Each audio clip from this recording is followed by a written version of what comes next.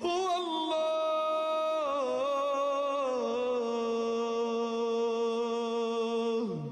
هو الله الذي لا إله إلا هو الملك. Salam alaikum wa rahmatullah wa barakatuh. Le domaine de la domination, le chantage, le fait d'être prisonnier par une situation.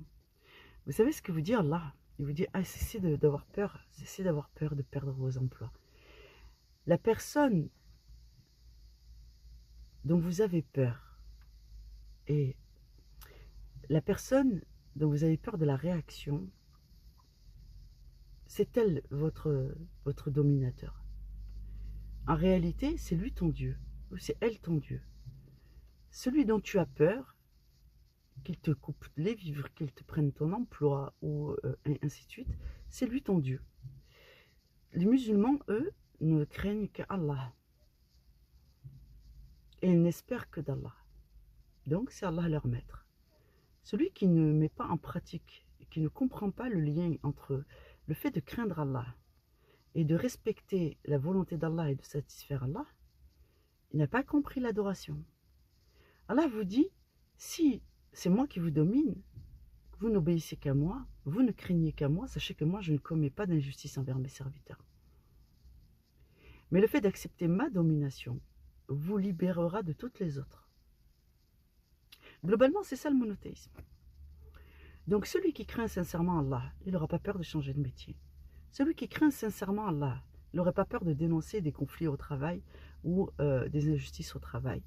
Il n'aura pas peur de perdre son emploi, même s'il a peur, il confiera ses craintes à Allah, il dira, ya Allah, je crains pour ma subsistance, mais je ferai ce qui est juste. Facilite-moi et guide-moi. Occupe-toi de moi, mais occupe-toi aussi de mes ennemis. Et il avancera serein en se disant, si je n'obéis pas à Allah, alors toutes les épreuves de ce monde, toute la souffrance que j'ai subie n'aura servi à rien. Et on va essayer d'optimiser, non pas le fait d'avoir fait des mauvais choix toute sa vie en se disant, j'ai pas fait tous ces choix et abandonner tout ce que j'aime, ma famille, ne pas avoir éduqué ma famille comme je voulais, avoir fait mon sacrifice de temps, de vacances, d'argent, de promenade, de goûter pour les enfants et tout ce que je devais offrir à mes enfants, et j'ai tout sacrifié pour pouvoir garder mon emploi, garder un logement et tout. C'est pas ce sens du sacrifice là, c'est l'autre.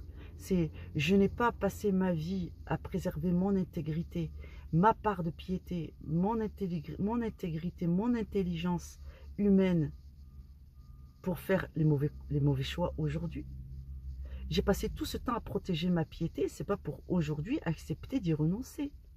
C'est cet investissement-là, quand on a peur, on craint Allah et qu'on est dominé par Allah et pas par les humains, c'est cet investissement-là qu'on prend vraiment, qui nous prend, comment te dire, d'un coup, ça nous tient à cœur de protéger ce sur quoi on a veillé pendant tout ce temps en se disant, un jour, Inch'Allah, j'y arriverai.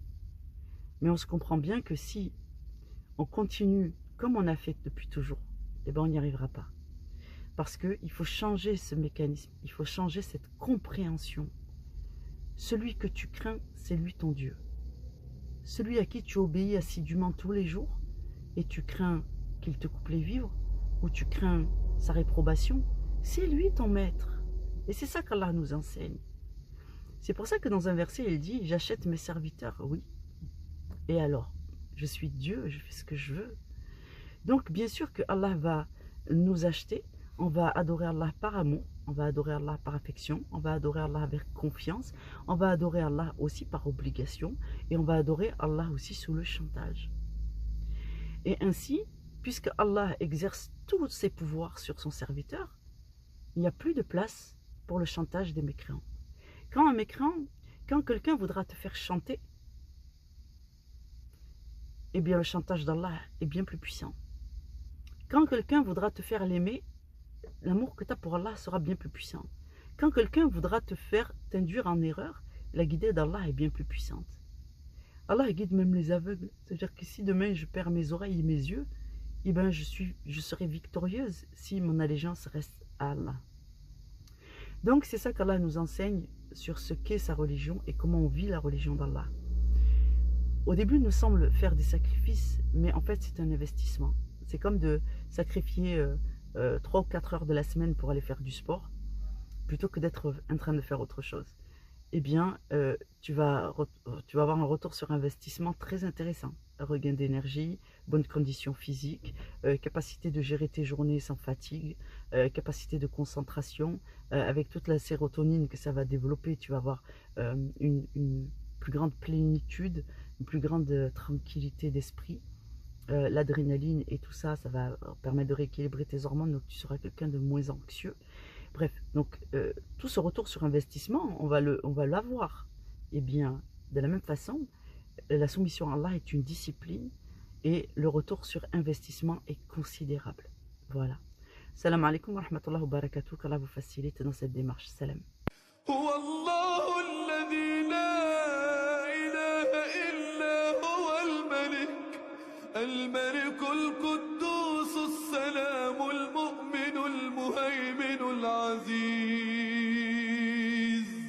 العزيز الجبار المتكبر سبحان